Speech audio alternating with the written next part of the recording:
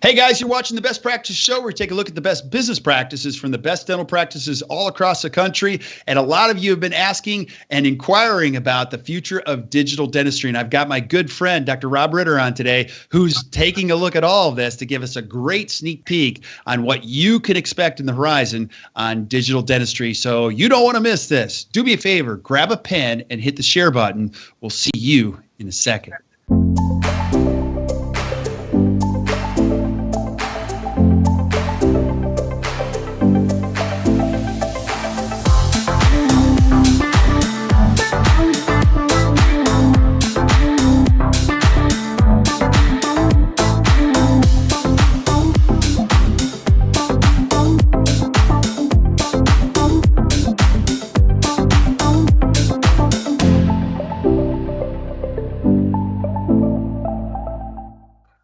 Hey guys, welcome back to the Best Practices Show.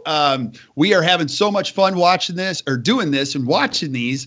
We've got a lot of people watching these and giving us a lot of incredible feedback and getting so many great show topics. And one of the hottest topics out there is digital dentistry. Where's the future of dentistry heading? And it's cascading. It's moving so incredibly fast that I've got one of the world's experts, and you'll see why here in just a second. When I introduce him. And now a couple show notes. We are shooting this particular episode live on Facebook. So if you have questions that come up as you're watching this, either during the live feed or after the live feed, please add them and I'll ask Rob directly to answer the question, because we want to make sure you're getting the information that you want out of each one of these. And then we love the questions so much that we're giving away a free Apple iWatch and 2 tickets to Activate, which is our practice growth seminar that you do not want to miss. And so we already gave one away yesterday, and it's so much fun. I love the thoughtful questions. So keep asking the questions. So my good friend today, I'm going to introduce him, and then I'm going to have him introduce himself. Dr. Rob Ritter practices in Florida, and he is truly one of those guys that's involved in so much. I can't even imagine how many hundreds and hundreds of hours of CE that you take personally, but it seems like every course I go to, I get a chance to see you. You're involved with the AACD, the Seattle Study Club Symposium is where you and I got a chance to meet each other, and then you've been heavily involved with the Seattle Study Club, and also, you were at the IDS this year. This past weekend, you were teaching with Christian Coachman out at the DSD experience. And as we were talking about this, I really wanted to dive deep into this subject because it's so hot right now. And so if somebody's watching this and they don't know who Rob Ritter is, who is Rob Ritter? Who are you?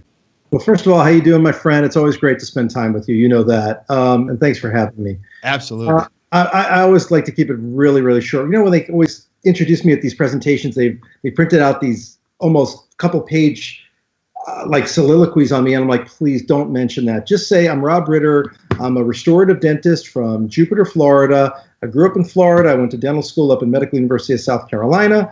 I've been lecturing for 18 years. That I can't believe. Whenever I say it, I can't even believe it because I remember my very first lecture.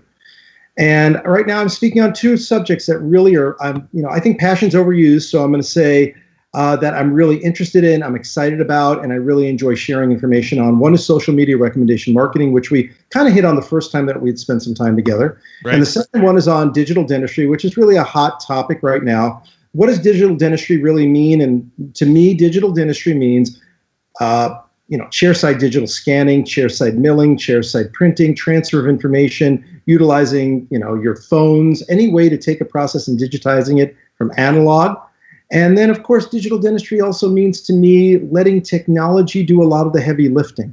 And I think that's really important today because I think time is really the most valuable asset that I have. I'm not willing to give it away for free unless I want to.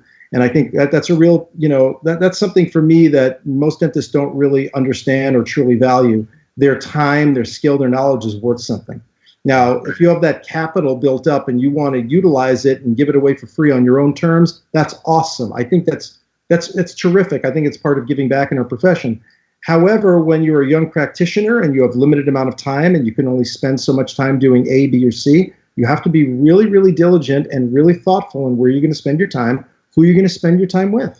I think it's really, really important, right? And so for me right now, it's all about family, my business, and kind of looking forward to what the future holds for us in restorative dentistry. Sure, I mean, there's a lot of possibilities with implants and oral surgery and endodontics, and that's great. But remember, I don't do that. I work from the gums up. So mine is always based on restorative dentistry, making it a lot easier for the general practitioner to get excellent outcomes, right? And be profitable at the same time.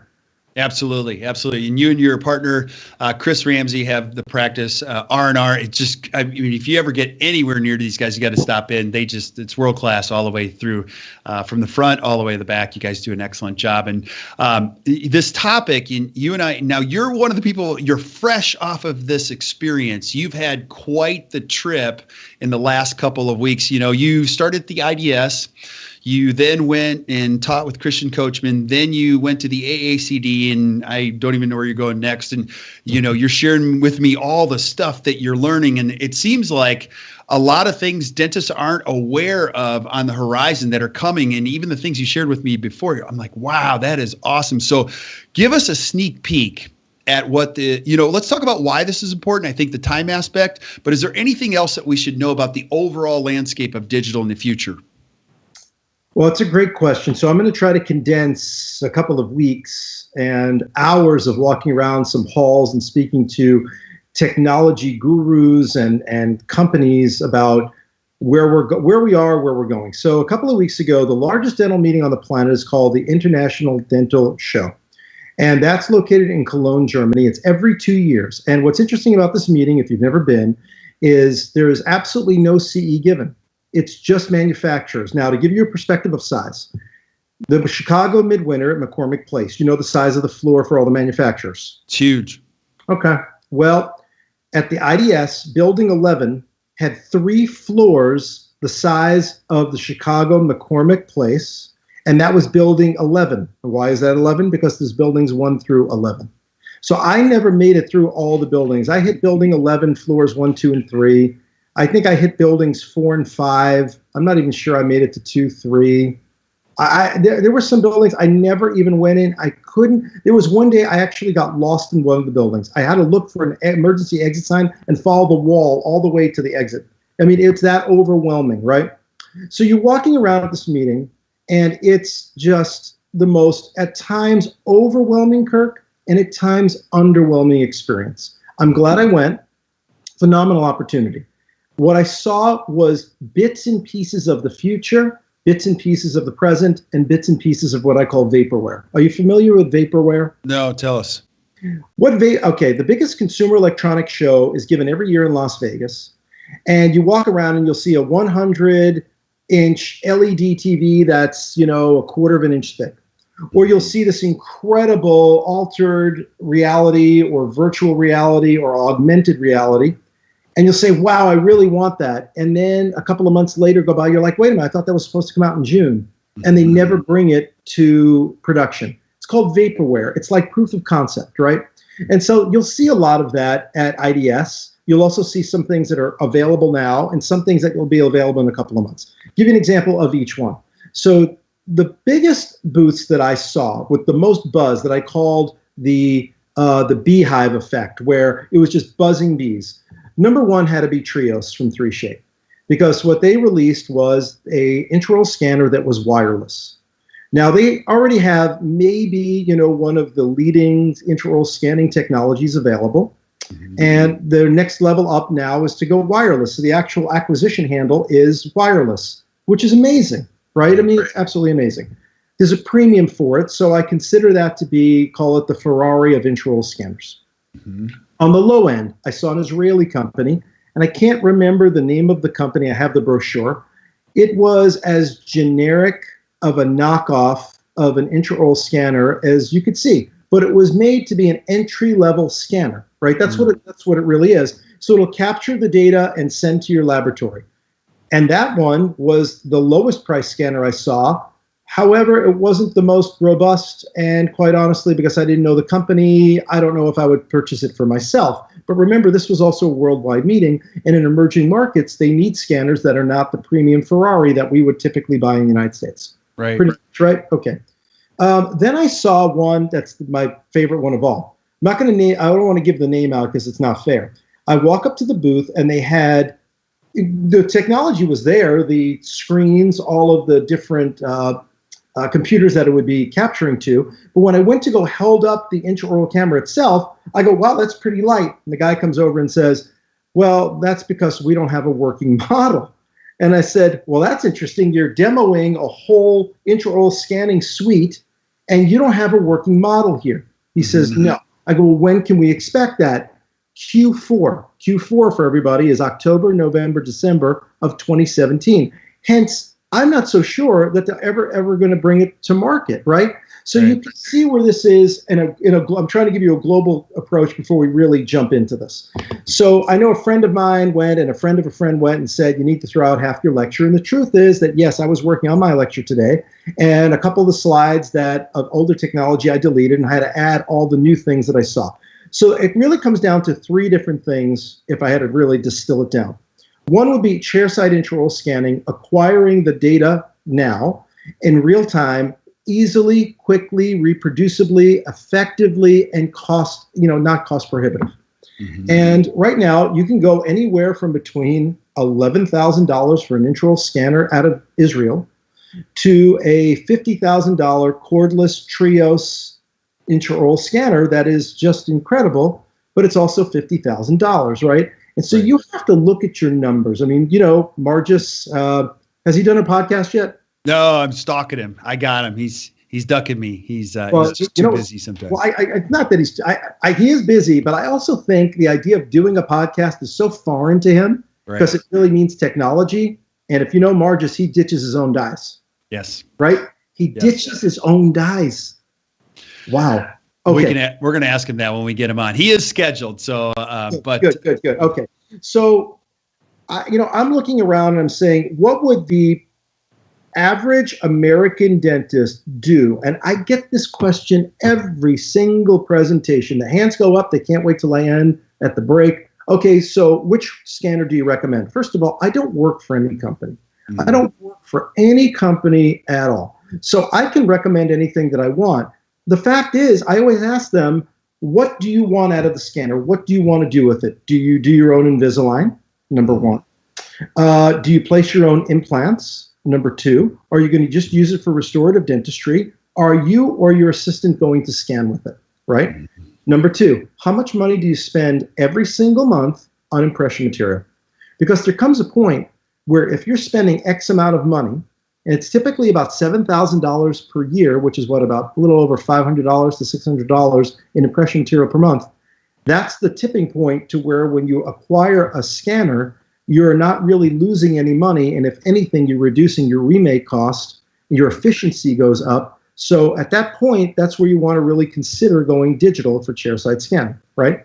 Now, there's so many ways we can go off of this, right? And there's a lot of very good presenters right now talking about digital and implementing strategies in your practice where you print or mill everything yourself. And I think for the artisan or the tinkerer, that's awesome. But for your busy general practice where somebody might be doing, 3 or 4 single units a day or a couple of units and then doing a 10-unit smile design case, at that point, you really do need a chairside scanner because your laboratories typically are taking this information and digitizing the workflow anyway. So you're saving steps and you're being much more consistent and reproducible. And when you do that, your profitability goes up as well, right? So I love the artisan side of doing dentistry. I also like to be profitable, and I don't like remakes. So putting that all together totally lends itself to doing digital dentistry. So as far as chairside scanners go, I saw 2 or 3 that I'd like to mention. Obviously, the Trios, which was the top of the line, the wireless one was incredible. Although, quite honestly, again, even if you acquired a Trios 3, which is still a wired cart version, I think that price roughly is about $36,000. It's a terrific scanner.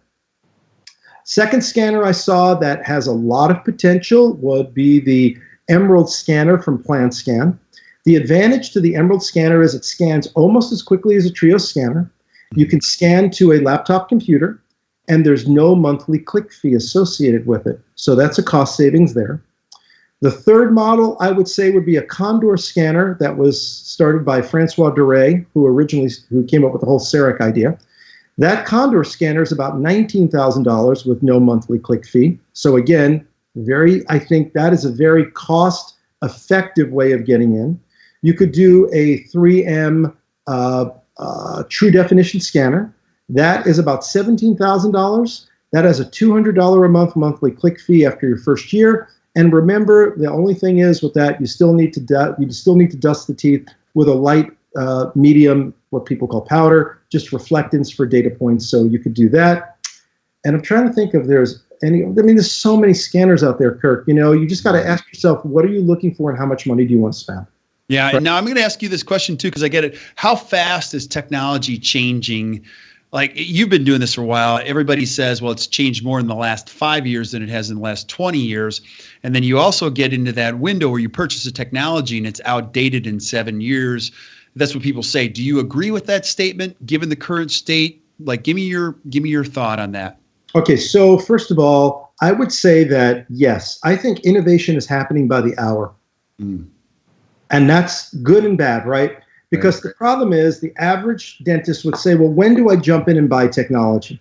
Should I continue to wait, right? Isn't that what it really comes down to? Right. Do I jump in, or do I wait another 6 months for another model to come out? Do I wait for the price to drop and get the older model and save the? I mean, there's so many ways to go about this. Right now, I would say anything that you buy as far as chairside scanning is going to get you there. It really is. And will it be outdated in, say, not even 7 years? Will it be outdated in potentially 3? Yeah, it will. Having said that, we still have some of the original scanners we bought 6 years ago, and they're still in use. They're paid off. So does that mean that they will be obsolete in 6 years? No, they will be lapped. You know, in a sense, so I have an iTero as well, the new iTero Element, which is a great system. And I think you can get that for somewhere between $26,000 and $30,000. That went from static images to now a movie, and it works great. Will that be out of date 3 to 5 years from now? Potentially. Does that mean that the unit you buy won't be operable? Of course not. It'll work. And as long as you continue to spend your monthly click fee, which also gives you your warranty on it, then why not go for it, right? I mean, that's right. I don't see. I used to think that dentists didn't jump into technology because of, I mean, there were a lot of reasons. I'm realizing now they're jumping in because they think that they're going to be viewed as outdated by other dentists. That's not the reason to jump into technology. The reason to jump in is to save your back, is to save your eyes, to digitize the process, to make yourself more efficient, to make your communication with your laboratory better. And then remember, the patient is sitting there, and when you scan them or your assistant scans them, typically they're coming from an office that doesn't have any technology at all, and the wow factor without saying anything is off the charts. What's that worth, right? I mean, there's such a thing as good publicity and bad publicity, right? Good publicity is you're sitting there and the technology does everything for you, and the patient says, wow, and they are so enamored with it that they go home and say, I just had the best experience. First of all, they got me in on time. Ashley was so nice at the front. They sat me down. Dr. Ritter was efficient. He didn't hurt me. The technology there is incredible, and I actually didn't mind going. What is that worth as compared to, sir, you need to leave the plane right now? and if you're not going to leave the plane, we're going to have you escorted off the plane, right? Yeah. I mean, what are we looking at here, right? Yeah. And so that's what technology does for us. Now, the second thing I saw technology was from chairside scanning, then it becomes milling. Ivoclar released a mill called the Program Mill 1, which is a $40,000 mill, a 5-axis mill, that you'll be able to mill chairside restorations in as little as 14 minutes. Now, the CEREC people would say, well, we've already been doing that for 20 years. And the answer is correct.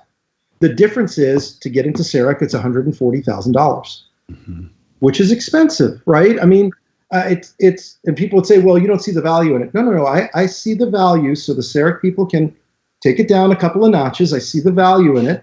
And if you like doing that chairside dentistry, there's nothing wrong with it. The problem, again, is the cost of entry for a general practice and somebody coming out of dental school with $500,000 in debt, and then having a startup practice or acquiring a practice, how much extra funds are available to do this type of technology, right? Kirk, you work with people, you know that's what the issue is, right?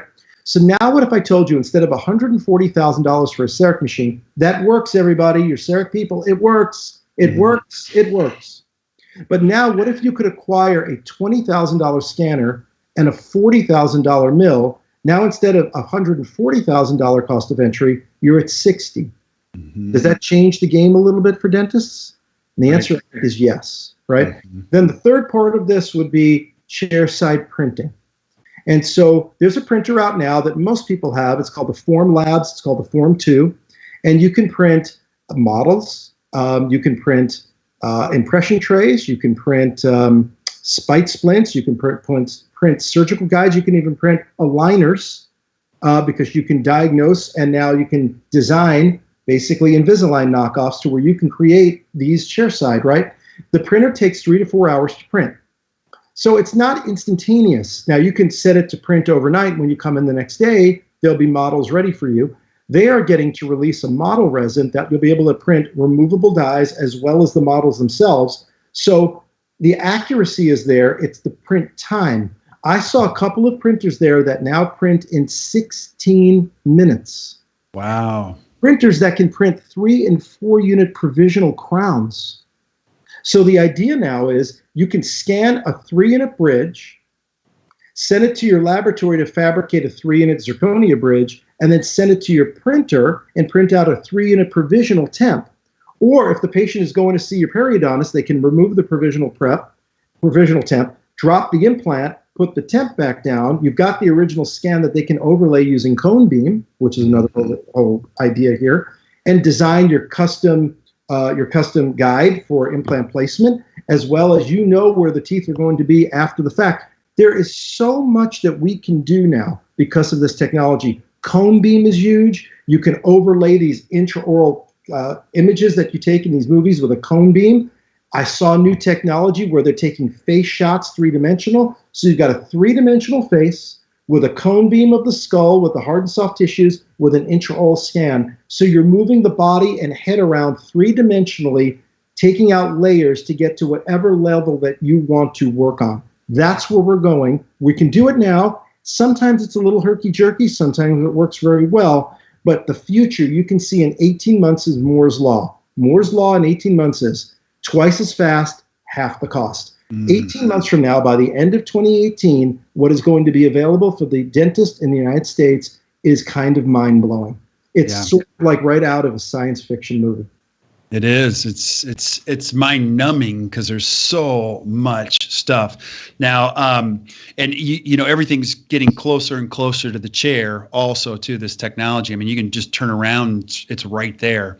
And then I want you to combine this too with your experience this past weekend. You had dentists from all over the world in the DSD experience. You know, with Christian, I'm just so curious what happened there. And I had a chance to talk to your partner when you get back, Chris, and he's like, dude, it's amazing what we can do now. And the emotional dentistry. Can you describe what emotional dentistry is for those people that are watching? Well, let's right off the front end of this, let's just give credit to Christian Coachman, who really came up with the idea of digital smile design, DSD. And of course, some people would say, well, it's so much more than that. And the answer is yes, it is more than that, right? It's all encompassing. Christian put together a 4-day DSD residency, and he brought in 27 speakers from across the planet to show everybody what is available right now, utilizing digital dentistry, along with, more importantly, the emotional side of dentistry. So let me tell you what I saw.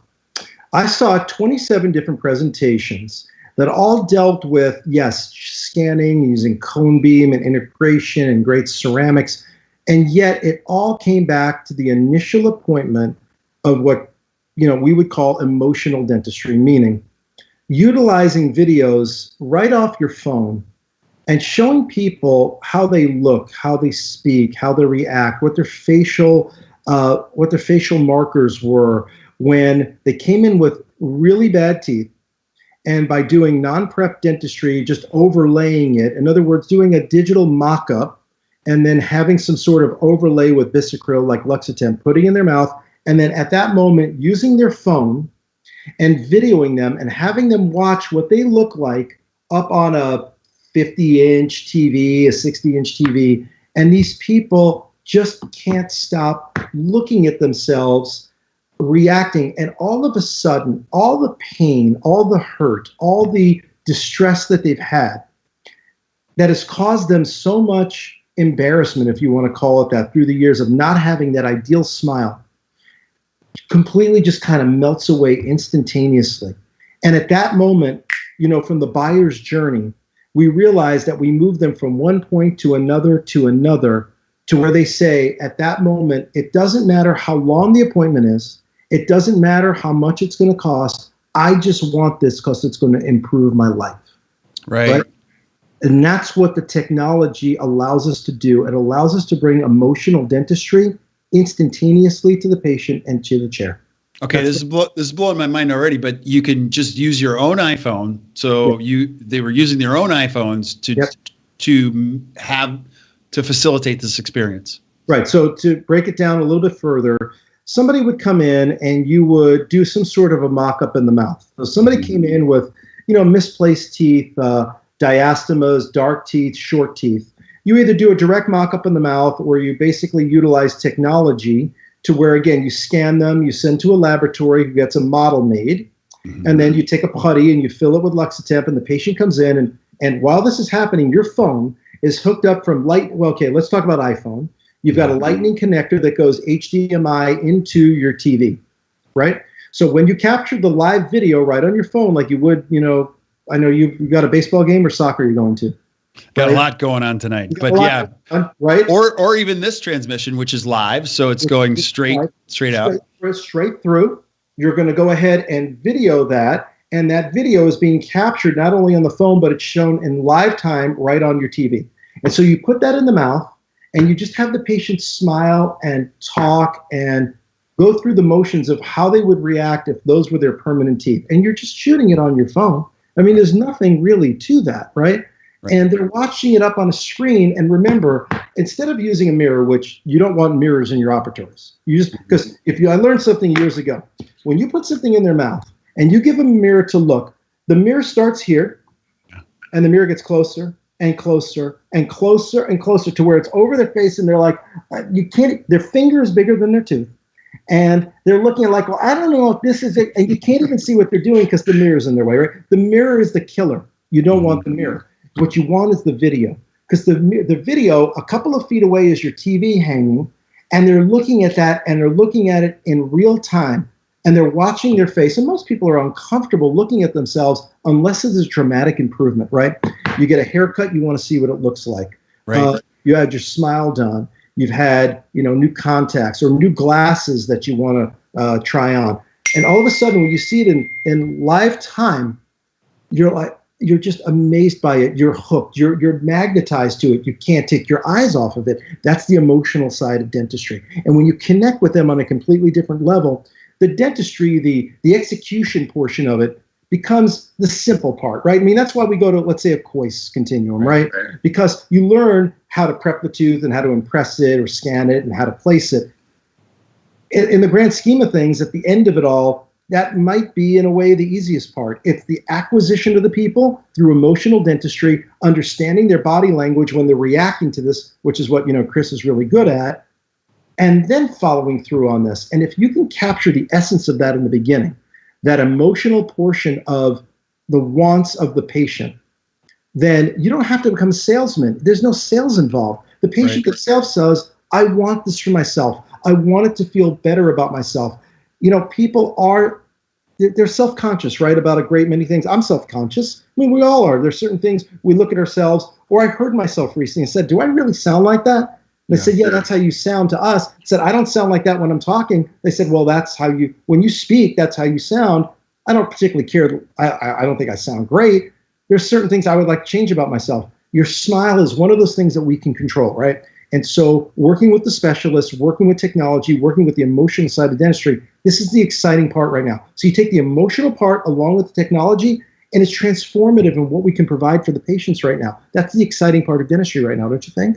Yeah, it's crazy. I mean, even if you just step out of this in being in the dental profession, let's say you could walk up and apply this technology to real estate. You look at a piece of property and you could actually walk through it, and it would be digitally created in front of your eye. Can you imagine what that would do to developers and just people purchasing real estate? I mean, you could see it in real time, and I think the possibilities are endless with this. Now, this is kind of freaky, though. Now, I got to ask you the question I get, which is, well, what about the need for a dentist 20 years from now. So can you speak to that? Because that question comes up, and I'm just going to ask it. You say technology is moving so fast. Could you make the argument that dentists will disappear in 20 years? The actual technician themselves?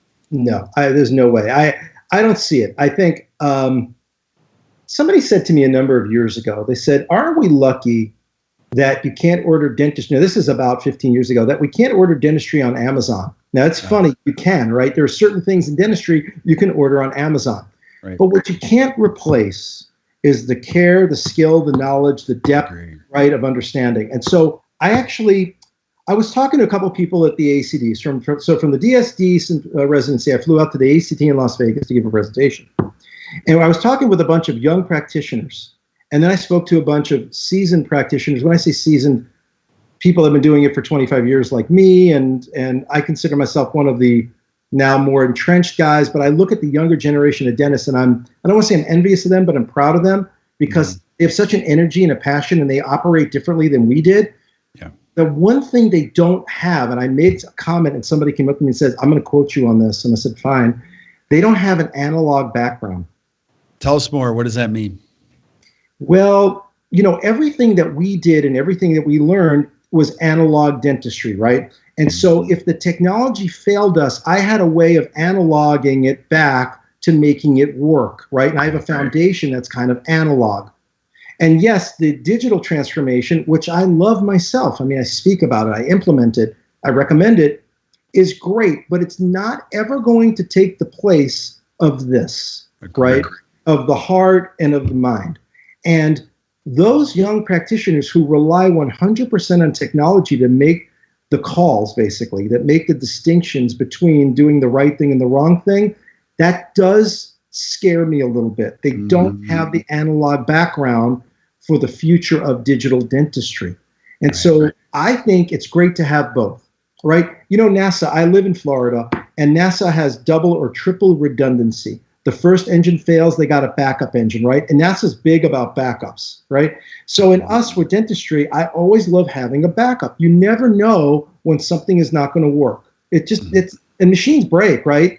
Right. I mean, machines break. I mean, technology breaks. That's the nature of things. My iPhone broke. Right. My front-facing camera broke. My battery died. So, I got to get a new phone. Everything breaks down. Do we have that analog foundation to fall back upon? And will we ever replace the chairside dentist? No. Will she, 50% of the practitioners are female, will we as a profession be outsourced? And the answer is no. At the same time, you have to be smart and realize that technology is not going to take the place of foundational, analog thought process, treatment planning, and understanding the patient. That's got to come first. Right. It always has to come first. Absolutely. And I think you're super, super spot on that. Technology will never replace the human element. I mean, there might be ways to do it more efficiently or effectively on the technical side, but the behavioral component, everybody knows that is where it all comes together in great restorative dentistry. What other things can we expect in the future when you look at the horizon or the landscape of technology or digital dentistry? What else can we expect to see? Well, the other thing that I'm noticing, again, as the nature of private practice is changing, I think the ability to acquire information out of your existing dental practice software is going to be very important. Again, me and my friends, we share numbers of our practice. Now, a lot of people share numbers, but they don't share numbers in a beneficial way. Right. Meaning, somebody walks up to me, and this is a true story, says, I did X amount of money last year. Okay, that does me no good. That doesn't impress me. It does me no good. I can't learn from that.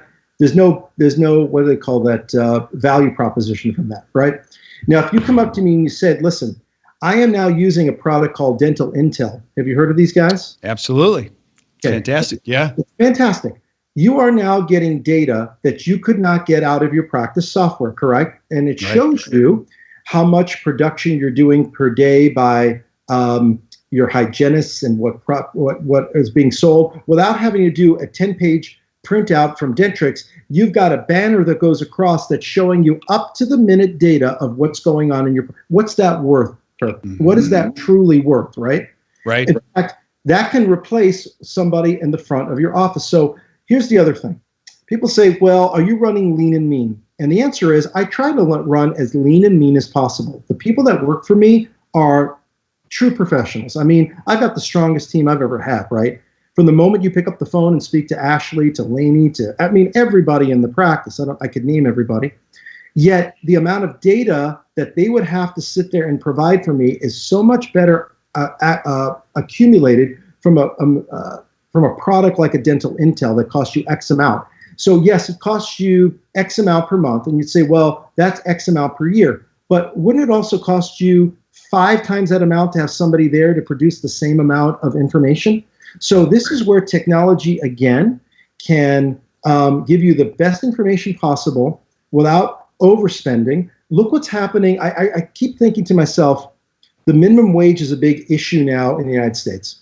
And there are certain states that want to make the minimum wage $15 an hour. And so now what's the response by the fast food industry? Instead of spending for extra people to take your order, they're replacing them with kiosks, correct? Mm-hmm. Right. Right? And so they eat the upfront cost of the kiosk, but then they don't have to deal with people calling in sick. They don't have to deal with waste of time. And basically they're more efficient, and they call the data that's input right on the machine, right? Isn't that kind of what we're talking about as well? Mm-hmm. It is. It's going to be amazing how fast this changes. And again, you can't replace the emotional components, but some of the choices, there's going to be a lot. I also want to ask you, there's so much to choose from now, like almost too much to choose from. How do you sort this out if you're a young dentist coming out? Let's say I'm 32, I'm coming out, I have a lot of debt. Which technology would you suggest they start with? Or give us a little simple treatment plan if I want to go in that direction. Okay, I want to make sure I understand correctly. It means if you're building a brand new from basically scratch practice, what technology was you implement from the beginning? Is that what you're saying? Yeah, best ROI, simple, high quality, good place to start. Would you start with the scanners? I mean, would you start there? Would you just start with a camera, simple camera? I mean, you know, when you look at the future of digital dentistry and just instead of just purchasing it all, where would you start? You know, if you ask me this question, it's interesting. Maybe 6 months ago, I would tell you to buy, well, first of all, I would buy those inexpensive intraoral cameras for your hygienists that are disposable, that you can get from Amazon for $115 a piece, right? Okay. And if they break, and I'm not endearing myself to the Patterson Shines and Zons of the world. I get that, Benkos, because they want to sell you a couple of $1,000 intraoral camera that, quite honestly, we just don't need anymore, right?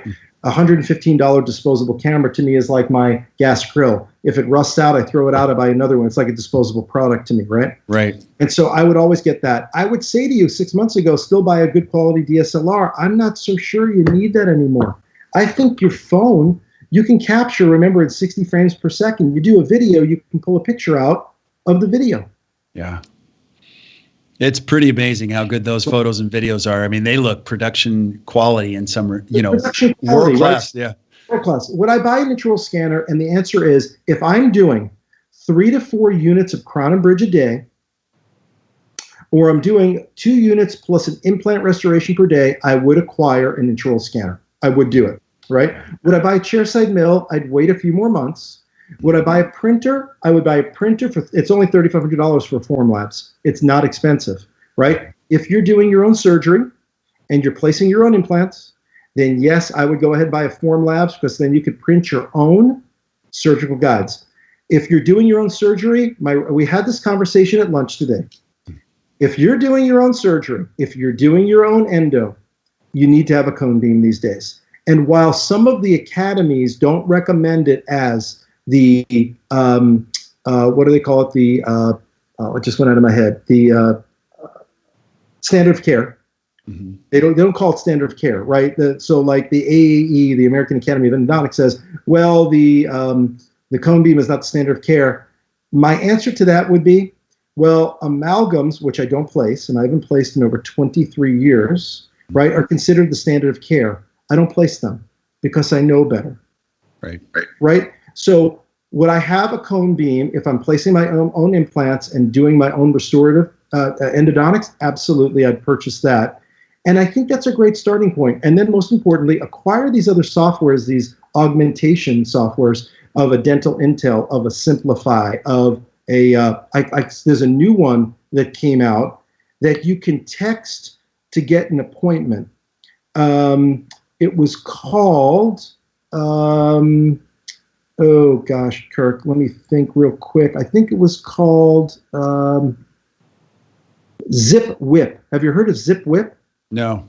Look at that one. Okay. Look at Zip Whip, okay? That's an interesting little add-on to your Dentrix or EagleSoft Soft Dent or Vive or something like that.